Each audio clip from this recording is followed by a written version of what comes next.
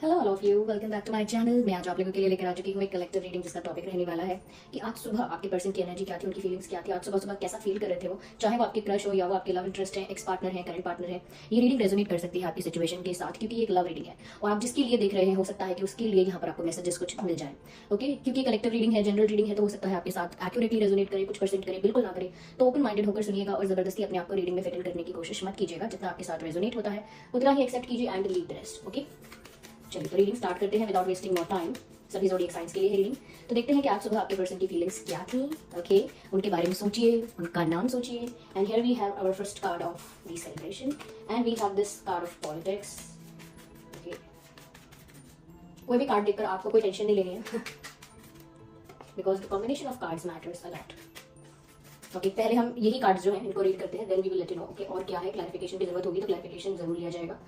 Okay, सबसे पहली चीज व्यूअर्स मुझे यहाँ पर लगती है कि आज सुबह जब आपके पर्सन सुबह जिस एनर्जी में थे, ऐसा लगता है कि कहीं ना कहीं कुछ एक्सपेक्टेशंस के साथ आज उनकी सुबह हुई है। जैसे कुछ दिन को लेकर कुछ प्लान था उनका, कुछ उम्मीदें थी कि आज ये सब हो जाना चाहिए, वो हो जाना चाहिए। कहीं ना कहीं कोई सेलिब्रेशन अटेंड करने के बारे में भी कोई प्लान था इनका। किसी का बर्थडे है, किसी का कोई फंक्शन है, कोई गेट टुगेदर है, कहीं जाने का, किसी पार्टी में, किसी फंक्शन में जाने का प्लान हो सकता है, या सिर्फ फ्रेंड्स के साथ कहीं बाहर जाने का, एंजॉय करने का प्लान हो सकता है। जरूरी नहीं है कि कोई पार्टी हो, फ्रेंड्स के साथ हैंग आउट करने का भी प्लान हो सकता है। तो मुझे लगता है आज सुबह उस प्लान के साथ, उस विजन के साथ, उस एक्सपेक्टेशन के साथ ऐसा लगता है कि आपके पर्सन की सुबह हुई है।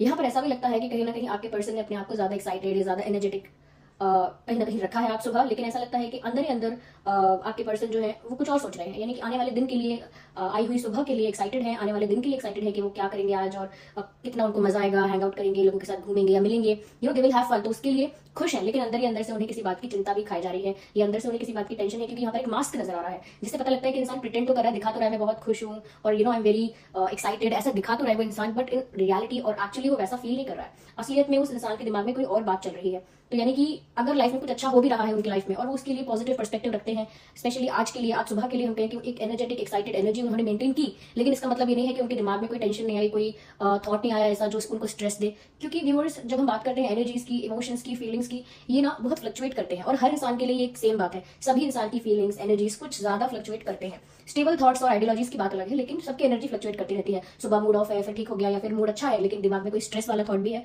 तो ये सब फ्लक्चुएशन चलता रहता है एनर्जीज में, थॉट्स में, फीलिंग्स में, एक जैसा परमानेंट नहीं रहता है। तो खुशी भी थी लेकिन अंदर अंदर कुछ बात ऐसी थी जो उनको परेशान कर रही थी। यहाँ पर ऐसा लगता है क्योंकि व्यूअर्स, उन्होंने कोई चीज ऐसी है आपको लेकर जो उन्होंने डिले कर दिया।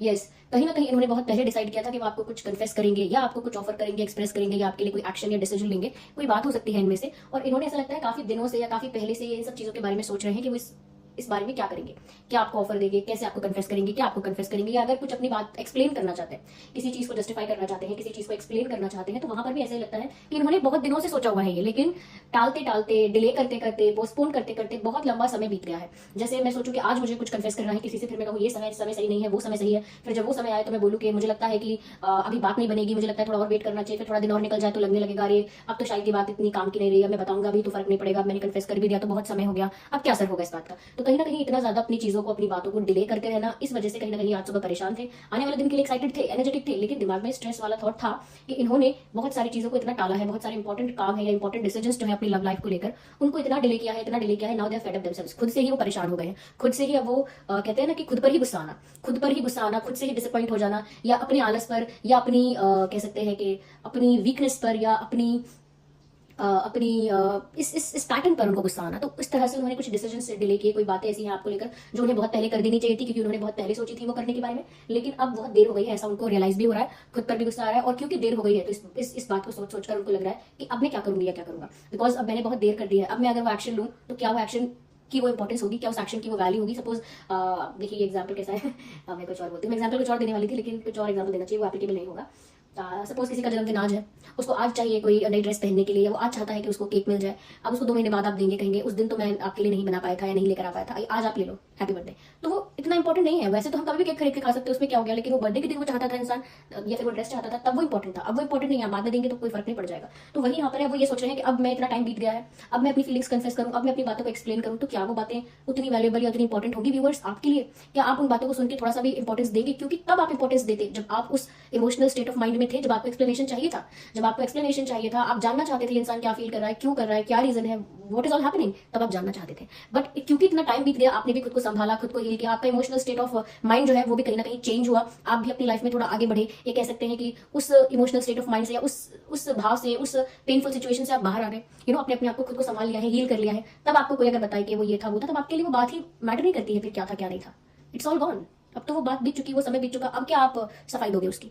तो उनको ये लग रहा है कि आप अब आपके लिए बात मैटर नहीं करेगी, और उन्होंने बताया नहीं, और अब उन्हें पछतावा भी हो रहा है क्यों नहीं बताया, so they are feeling bad about it.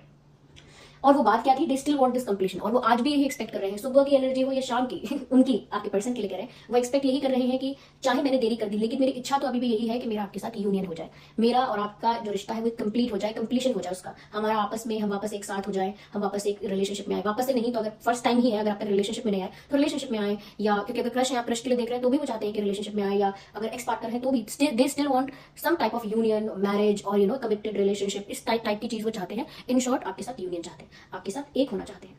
और उनको लगता है अभी भी चीजें इनकम्प्लीट है, उनको लगता है अभी भी बातें अधूरी हैं, बातें अधूरी रह गई हैं, काम अधूरे रह गए हैं, इच्छाएं अधूरी रह गई हैं। नथिंग हैज हैपेंड येट, कुछ अभी तक हुआ ही नहीं है, और समय भी बीत गया, उनको लग रहा है टाइम भी निकल गया और अभी तक कुछ हुआ ही नहीं है। लेकिन फिर वो कहते हैं चलो मुझे आज देखना चाहिए, आज मेरी लाइफ में क्या हो रहा है, आज मुझे किसी के साथ बाहर जाना है, फ्रेंड्स के साथ, या मुझे किसी गेट टुगेदर में जाना है, पार्टी में जाना है, कहीं जाना है, चलो मैं एंजॉय करूंगा लोगों के साथ, या करूंगी अपना माइंड रिलैक्स कर लूंगा, लाइट कर लूंगा अपने माइंड को, या चिल करूंगी। इस टाइप से अपने आप को संभाल लेना, आने वाले दिन के लिए अपने आप को प्रिपेयर कर लेना, तो इस टाइप की मुझे एनर्जी लग रही है। तो क्योंकि यहाँ पे डुअल फेसेस नजर आते हैं, एक जो एक्चुअली में इनके दिमाग में अंतर मन में चलता रहता है कंस्टेंटली, और दूसरा जो इनका प्रेजेंट डे है जिसको ये जीते हैं, जिसमें ये करंटली है। Yes, let's see more into that viewers. हम यहाँ पर ना कुछ डिवाइन मैसेजेस लेंगे, उससे भी हमें पता चलेगा, उससे भी देखते हैं यहाँ पे हम कि और क्या है इनकी मॉर्निंग एनर्जी, इसके अकॉर्डिंग देखते हैं। ओके, सो देखते हैं कि और क्या मैसेजेस है यहाँ पे। Divine please guide us. Okay, I need one card at one time. Well, okay, so this card wants to come out and this is the card of opportunity. If you all can see that, this is the card of opportunity. Definitely मुझे लगता है कि आज सुबह ऐसा भी सोच रहे थे कि इनके पास जरूर कोई ना कोई मौका दोबारा आएगा, कोई ना कोई चांस, कोई ना कोई अपॉर्चुनिटी डेस्टिनी इनको फिर से देगी। यानी कि यूनिवर्स जो है, डेस्टिनी जो है इनकी किस्मत, या कह सकते हैं यूनिवर्स, भगवान, जरूर इनको जिंदगी में एक और ऐसा चांस या एक और ऐसा मौका जरूर देंगे, जिस मौके का इस्तेमाल करके ये इंसान अपनी इच्छाएं अभी भी पूरी कर सकता है या कर सकती हैं। तो वो उस अपॉर्चुनिटी का वेट कर रहे हैं। अभी भी जो समय गया वो गया, but they are still hoping for an opportunity और एक्सपेक्टिंग एन अपॉर्चुनिटी कि कोई मौका तो मिले। अब पक्का मैं डिले नहीं करूंगा, कहते हैं ना, अब डिले नहीं करूंगा, बस मुझे एक चांस मिल जाए, अब मैं इग्नोर नहीं करूंगा, या अब मैं फॉर ग्रांटेड नहीं लूंगा, मुझे बस एक चांस मिल जाए। तो जैसे इन्होंने इतने समय तक डिले किया अपने डिसीजंस को, एक्शंस को, तो अब वो सोच रहे हैं कि अब डिले नहीं करना है, अब फॉर ग्रांटेड नहीं लेना है, या अब कहीं ना कहीं बहुत टाइम वेस्ट नहीं करना है। जैसे मुझे अपॉर्चुनिटी मिलेगी, I will grab that opportunity, मैं उस अपॉर्चुनिटी को जरूर यूज करूंगा, और मैं अपने दिल की बात भी कहूंगा, मैं आगे भी बढ़ूंगा अपने पार्टनर के लिए, अपने प्यार के लिए, या बढ़ूंगी। फीमेल के लिए हो सकती है ना ये, तो दोनों साइड से। तो दे आर वेटिंग और expecting an opportunity, they are waiting for an opportunity, किसी अपॉर्चुनिटी का तो वेट कर रहे हैं ऐसा लगता है। And I need this card, take action. मैंने कहा था ना, इन्होंने बहुत समय से एक्शन ले लिया और इस बात के लिए डिसअपॉइंटेड है, तो अब वो इंतजार कर रहे हैं जैसे ही उन्हें वो अपॉर्चुनिटी मिले वो कोई एक्शन ले। और इनफैक्ट ऐसा भी हो सकता है कि वो आज ही ये सोच रहे थे कि मुझे एक्शन लेना चाहिए, अब तो ले लेना चाहिए, लेकिन फिर दिमाग में आ रहा था कि मुझे एक सही अपॉर्चुनिटी का वेट करना चाहिए। मुझे नहीं पता ये इंसान इतना हाथ पे हाथ रख के बैठना क्यों चूज कर रहे हैं बार बार। तो वो ऐसा भी सोच रहे हैं, आज उनके मन में ये भी विचार आ रहे हैं कि मुझे ना एक्शन अब ले लेना चाहिए, जो होगा देखा जाएगा। अगर मेरा एक्सप्लेनेशन, मेरा कन्फेशन, मेरा डिसीजन अगर अब इंपॉर्टेंट नहीं रहा होगा, या मैटर नहीं करेगा व्यूअर्स आपके लिए, तो नहीं करेगा, लेकिन एटलीस्ट उनको वो डिसीजन लेना तो चाहिए, वो एक्शन जो लेना चाह रहे थे, जो लेना चाहिए था वो लेना तो चाहिए। पर एक दिमाग उनका कहता है कि नहीं, we should wait for an opportunity. तो अभी भी इस तरह की मैं कहूंगी कि जगलिंग चल रही है कि कभी ये कभी वो, कभी ये, इस तरह से चल रहा है। अभी भी कोई स्टेबल, स्ट्रॉन्ग, परमानेंट डिसीजन मुझे यहाँ पर दिख नहीं रहा। Let's take one more card from this deck and communicate clearly. Of course, there is a communication gap. There is a communication gap जिसमें ऐसा लगता है कि क्यों वो चीज़ों को इतना डिले करते हैं, पोस्टपोन करते हैं। ये क्यों यहाँ पर ऐसा है कि एक दूसरे के मन की बात समझ नहीं आती है। आप जो चाहते हैं वो इंसान नहीं समझ पाता, और ये जो इंसान सोच रहा है, इनका स्टेट ऑफ माइंड जो है वो आप भी नहीं समझ पाते कि क्यों ऐसा करता है ये इंसान, ये क्या रीजन है, why this person behaves so weird, ये इंसान इतना स्ट्रेंज और वियर्ड क्यों बिहेव करता है। कभी कभी आपको भी समझ में नहीं आता। That is why you go for the readings and you watch them. तभी आप रीडिंग्स के थ्रू या किसी और एस्ट्रोलॉजी के थ्रू या किसी और चीज़ों के थ्रू जानना चाहते हैं। यहाँ पर ऐसा है कि साफ साफ बात नहीं है, एक ट्रांसपेरेंसी नहीं है आप लोगों के बीच।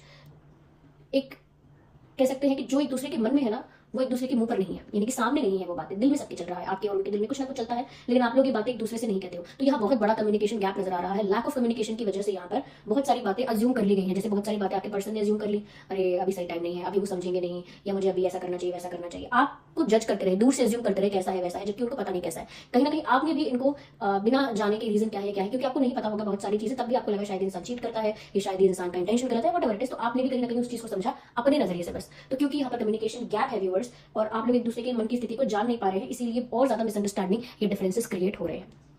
तो इस कम्युनिकेशन गैप को फिल करने की बहुत जरूरत है। या बातें नहीं हो रही हैं आई थिंक आप लोगों की, बहुत सारे लोगों के लिए आप में से हो सकता है ये एक नो कॉन्टैक्ट सिचुएशन के है। Okay, worth waiting for. I think मुझे लगता है व्यूअर्स स्टिल ये इंसान इंतजार करेंगे और इनको लगता है कि इनके इंतजार का फल मीठा होगा। एक्शन जरूर लेंगे ये, लेकिन ये थोड़ा भी इंतजार करेंगे और थोड़ा दिन लगाएंगे, उसके बाद एक्शन लेंगे। और ये कार्ड आ गया है पास्ट लाइफ रिलेशनशिप का, you have known each other before, यानी कि ये इस इंसान से, इस आत्मा से आप पहली बार इस लाइफ में नहीं मिले हो, इससे पहले भी किसी पास्ट लाइफ में, किसी और फॉर्म में, किसी और रूप में, किसी और जन्म में आप इस इंसान के साथ डील कर चुके हो, इस इंसान के साथ किसी कनेक्शन में, किसी कॉन्टैक्ट में, इससे पिछली लाइफ में भी यानी पास्ट लाइफ में भी रह चुके हो। सो देयर आर चांसेस कि ये इंसान आपका सोलमेट है, देयर आर चांसेस कि इसके साथ आपका कोई स्पिरिचुअल पास्ट लाइफ कनेक्शन है और ये इंसान इस लाइफ में दोबारा आया है आपसे, आपसे इनका कुछ इनकम्प्लीट स्टफ है अभी, जिसको कंप्लीट करने के इंसान आपकी लाइफ में दोबारा आया है। ये कुछ अभी एक्सचेंज आप लोगों का बाकी है, जिसके लिए इंसान दोबारा आपकी लाइफ में आया है। तो पास्ट लाइफ कनेक्शन की बहुत प्रोमिनेंट एनर्जी है यहाँ पे, सोलमेट्स भी हो सकते हैं, यस। तो ये उनकी आज सुबह की एनर्जी थी, जिसमें वो ये सारी चीजें सोच रहे हैं और ये सब फीलिंग्स का बहुत सारा एक कॉम्बिनेशन है, ये कह सकते हैं कि मिक्सड अप हो गई है बहुत सारी फीलिंग्स उनकी, जिसमें बस वो सोच तो रहे हैं ये करना चाहिए था, वो करना चाहिए था, but actually they are not doing anything, they are thinking and waiting for an opportunity and waiting for an opportunity, बैठे हैं किसी मौके का इंतजार कर रहे हैं, that's it. Okay viewers, so this was the reading. I hope reading आपके लिए हेल्पफुल थी। कमेंट करके बताइए कितनी हेल्प करती है, कितना रेजोनेट करती है। If you are new to this channel, subscribe करें, बेल आइकन को प्रेस करें। चलिए मिलते हैं अगली रीडिंग में, तब तक के लिए bye bye family, take care.